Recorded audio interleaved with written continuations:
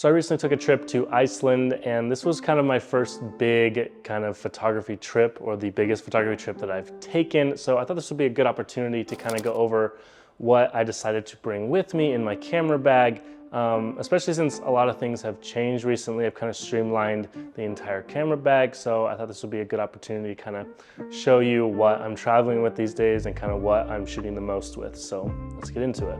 Starting off with the bag, I took the Jasper 2.0 from ProMaster. Now, ProMaster responds to this video, and they did send this bag out for me to try, and I thought, what better way to put this bag through its paces than to take it with me for 10 days in Iceland. So that's exactly what I did. Now, this bag is about 7.5 liters in size, making it fairly compact, which I prefer. I'm not one for a giant camera bag that's gonna kill my back carrying around all day.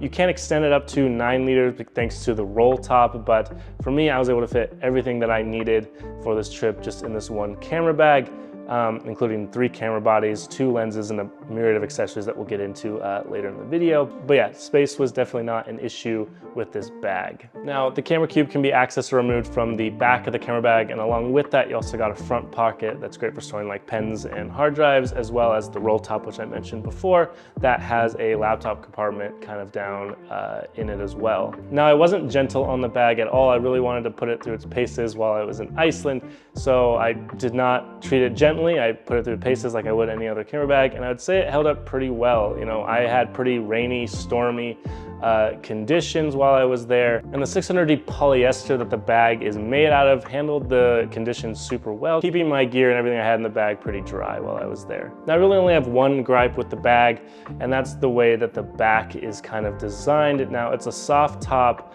on the top half of the bag, but then it's like a hard bottom on the bottom half of the bag. I'm probably not explaining this right, but what that does is it means that you can feel that camera cube where it ends on the center of your back while you're wearing it, which is rather uncomfortable. I wish that there was like a piece that, kind of like a hard piece that lined the entire back of the bag so you didn't feel that camera cube poking you in your back. Other than that little nitpick, the bag was definitely great and I loved using it, and I think that the camera cube layout I was able to get situated in this bag might be kind of my favorite layout that I've had in any camera bag. All right, enough about the bag. Let's move on to what I actually brought with me. And this was more of a work trip for me. I was shooting a lot of projects while I was there. So I brought my 2 workhorse cameras, the Sony a7R5 and the Sony FX3.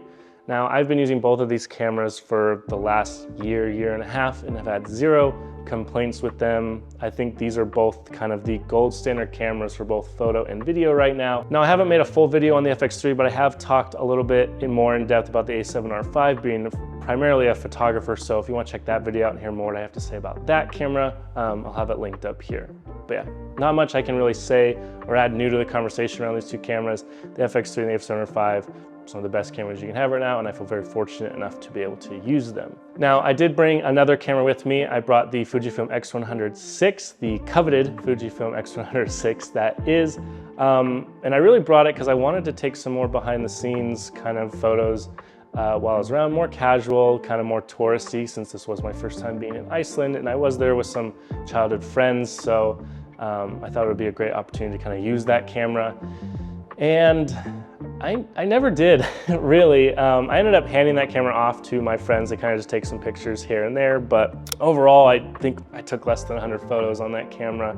So it was definitely kind of a waste of space. I think I lugged it around all 10 days, but never really used it.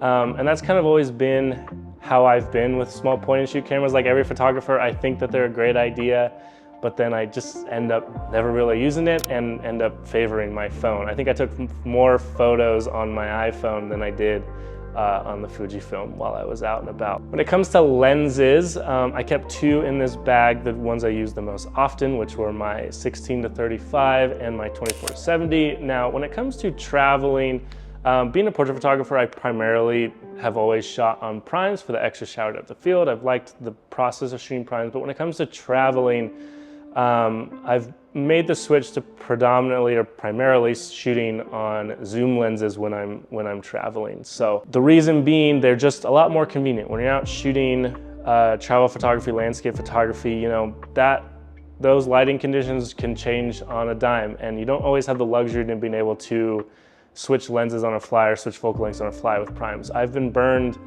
countless times trying to travel with prime lenses and missing the perfect light because I was in the middle of switching lenses and filters.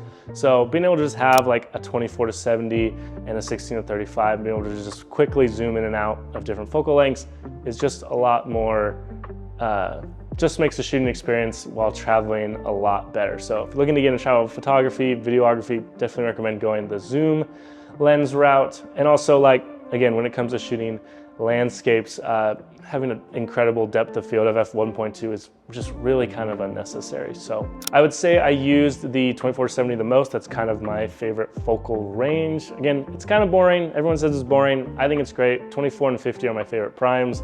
So having that plus a little bit of extra reach on the 70 is always great. The 16-35 on the other hand, I'm not a vlogger, so I didn't use this lens a ton. For me personally, I don't really ever feel the need to go wider than 24.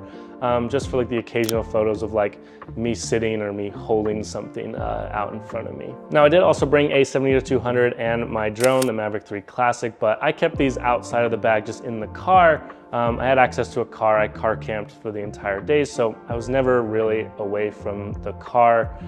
So I didn't feel the need to carry both of these things in the bag itself when I was out and about because they just add a lot of extra weight. And they're two things I just don't use all that often. For me, I use a drone to get kind of an establishing shot and take a couple photos, and then I land it and go back to shooting normal. Same with the 70-200. It's not my main lens, so I use it to grab a couple shots and then I just kind of put it away. So for me, those just sat in the car. I didn't really need to get them in this bag. All right, let's talk accessories, because I brought a few with me. I didn't use all of them, but there are a few that I used quite a bit. So let's talk about it. I brought two different sets of mics with me. I brought the Sony ECM B1M as kind of my shotgun mic, and then I brought my DJI Mic 2s, recording with right now, as well. And these are another two things that I just didn't end up using. I originally had the thought that while I'd be there, maybe I'd do some vlogging, content capture, some ambient sound, things like that, but I just never ended up doing any of that. So again, those are two more things I kind of just carried with me along with the Fujifilm X100VI. Next, I had my Tri-Charge. Now this is Peter Lindgren's kind of battery, cradle, charger, and SD card storage. And this has been great. I've been using this forever. It keeps all of my batteries and SD cards in one place. In the past, I'd have to have a battery kind of holder and an SD card holder, but now they're all in one. They charge all together, so that's been super great. So lastly, I did bring two tripods with me. I brought the Key Grip video tripod from ProMaster, and then I also brought my Peak Design everyday tripod that I've had for a few years. So the reason I brought two tripods is that I was also shooting some content for ProMaster on their new Key Grip video tripod. So I obviously needed a tripod to shoot the other tripod.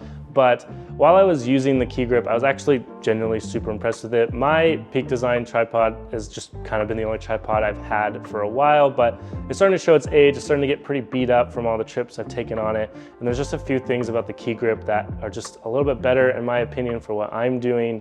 And it's been really nice to use. First and foremost, the Key Grip just gets taller than my Peak Design tripod. I am 6'3", so I've always kind of struggled with the Peak Design tripod to kind of have it meet me at eye level, which is not a problem I've had using the Key Grip. I've also found that like the twist mechanism for extending the legs on the Key Grip to be a little bit faster than the kind of latch system, again, that's on the Peak Design.